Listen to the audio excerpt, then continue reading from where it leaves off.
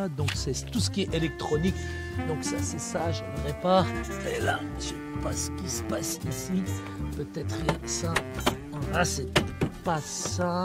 Ah là là là là là, j'ai le guide, j'ai tout, mais j'arrive pas à trouver la panne. C'est pas possible. Ça peut-être que c'est le niveau d'huile.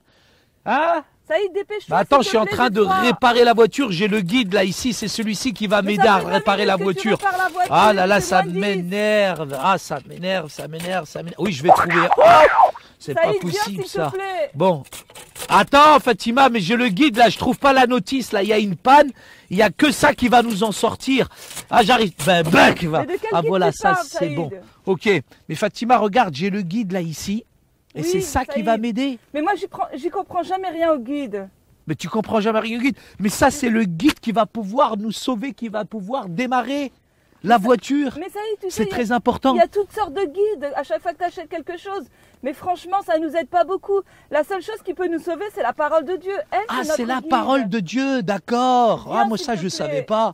Ah ben si c'est la parole de Dieu, dans ce cas-là, il n'y a pas de problème, Fatima. Allez, on va parler de la parole de Dieu aujourd'hui.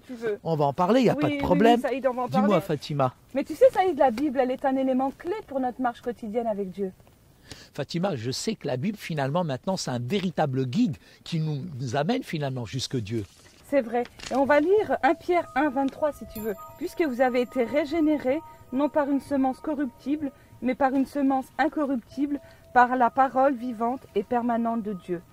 Saïd, explique-nous le rôle de la Bible pour notre salut. Ben écoute, le rôle de la Bible dans notre salut, c'est de pouvoir nous permettre finalement de grandir, d'être dans une maturité spirituelle, mais grâce aussi à la foi et grâce à cette parole qu'on met finalement, je dirais en pratique, nous arrivons à grandir spirituellement. Et ça, c'est le message, je dirais, central de Jésus-Christ, Fatima, la Bible, la parole de Dieu. Ah, ça me fait penser à ce verset que je lisais quand je t'attendais tout à l'heure.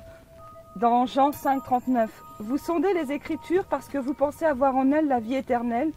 Ce sont elles qui rendent témoignage de moi. » Mais tu sais, la Bible, la parole de Dieu, Fatima, c'est celle qui nous entraîne et qui nous amène finalement vers le salut, vers Jésus-Christ. Tu sais, tout ce que tu dis, je le lisais quand je t'attendais, c'est incroyable.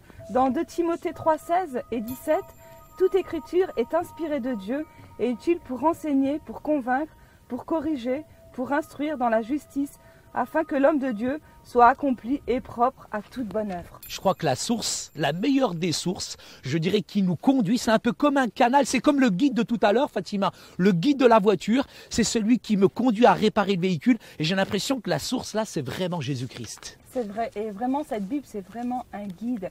Et on ne devrait pas la laisser dans notre bibliothèque. On devrait la lire, on devrait la mémoriser, on devrait la chérir. Et c'est vraiment important pour notre marche quotidienne, Saïd.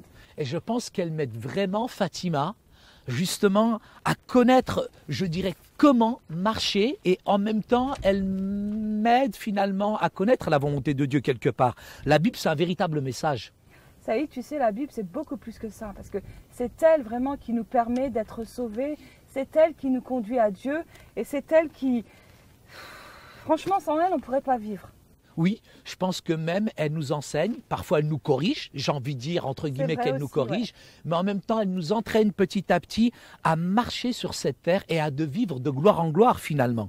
C'est vrai, c'est vrai. Mais tu sais, on n'aime pas beaucoup être corrigé, hein. C'est difficile. C'est clair. Mais je pense qu'il faut l'aimer, cette parole. Il faut la chérir, il faut la méditer, il faut la garder dans notre cœur parce qu'elle nous amène finalement à comprendre et à réaliser qui est le Rédempteur, qui est le Créateur finalement, Fatima. Mais tu sais, Saïd, comment être sûr que la Bible est la parole de Dieu? Beaucoup de gens ne sont pas sûrs finalement que la Bible est la parole de Dieu. Et pour dissiper le doute, tout simplement, la meilleure chose, c'est de la lire, de la méditer. Paul dit à Timothée, justement, tu sais, Paul qui est quand même un érudit, un grand savant, qui connaissait les Écritures, l'apôtre Paul nous dit que toute Écriture, finalement, est inspirée de Dieu. Elle est inspirée par Dieu, elle a été insufflée. C'est l'Esprit de Dieu qui a insufflé ça. Bien sûr, nous sommes humains, mais c'est à travers des canaux humains que cet Esprit divin a insufflé la puissance de la parole de Dieu. Et tu sais cette parole en plus, Fatima, plus de 1000 ans, cette parole a été rédigée pendant plus de 1000 ans. Wow. Il y a des gens qui étaient simples, il y avait des rois, il y avait des prêtres, il y avait des bergers, des grands sacrificateurs, il y avait même un médecin. Tu sais, Luc, il était médecin, tu vois, et la parole de Dieu, elle a traversé jusque nous. Elle a été écrite pourtant par différentes personnes. Mais ce qui est intéressant, c'est qu'ils racontent tous la même histoire. Exactement. Jésus, tu sais, a beaucoup utilisé l'Ancien Testament et quand il prêchait, à son époque, la plupart des personnes étaient disposées pour l'entendre. Jésus a dit que la parole de Dieu, elle est éternelle. Elle ne passera pas. Elle ne sera pas anéantie. Et ça, c'est Jean, chapitre 10, verset 35. Ce sont des paroles de Jésus et les Écritures, elles sont fiables. Elle est immuable, cette parole de Dieu. Elle ne pourra jamais être anéantie. Tout passera, Fatima. Même le moteur de la voiture. Ouais. Tout passera, même ce guide de la voiture. Mais la parole de Dieu, elle demeure éternellement, Fatima. C'est pour ça qu'on l'appelle la parole vivante. C'est pour ça qu'on l'appelle la parole vivante, parce qu'elle est là pour nous révéler finalement le royaume de Dieu. Et ça, c'est essentiel, c'est important, Fatima. Saïd, vraiment, tout ce que tu as dit aujourd'hui, c'est vraiment magnifique. Et je suis vraiment convaincue par tout ce que tu as dit. Et c'est vrai que la parole de Dieu, c'est par elle qu'on s'est converti. Tu te souviens quand tu t'es converti, comment elle t'a aidé, la parole de Dieu? Oui, elle m'a beaucoup aidé. Elle t'a conduit vers le salut aussi, Saïd. Vers le salut, elle m'a conduit. C'est vraiment important de la lire tous les jours, de la méditer. Mais tu sais, quelquefois on la lit, mais on ne la met pas en pratique. Ça, Et moi, c'est vrai.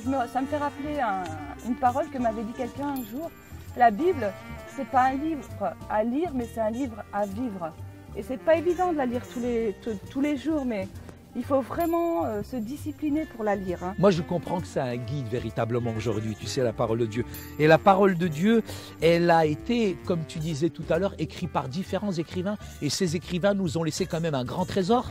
Mais ce qui est magnifique, c'est que même si on regarde les 4 évangiles, ils ont été écrits par 4 personnes différentes, mais en fait, ils racontent tous les 4 la même chose. Et en plus, avec tous les siècles qu'elle a traversés, elle dit toujours la même chose. Elle est toujours d'actualité, elle n'est pas dépassée, la Bible, la parole de Dieu. Et ce qui est incroyable, c'est que la parole de Dieu elle-même dit qu'elle ne sera jamais anéantie. Ça y est, Fatima, c'est réparé, enfin. T'as réussi? Ouais, on va pouvoir y aller. Bon, je prends le guide, là. C'est très important pour nous.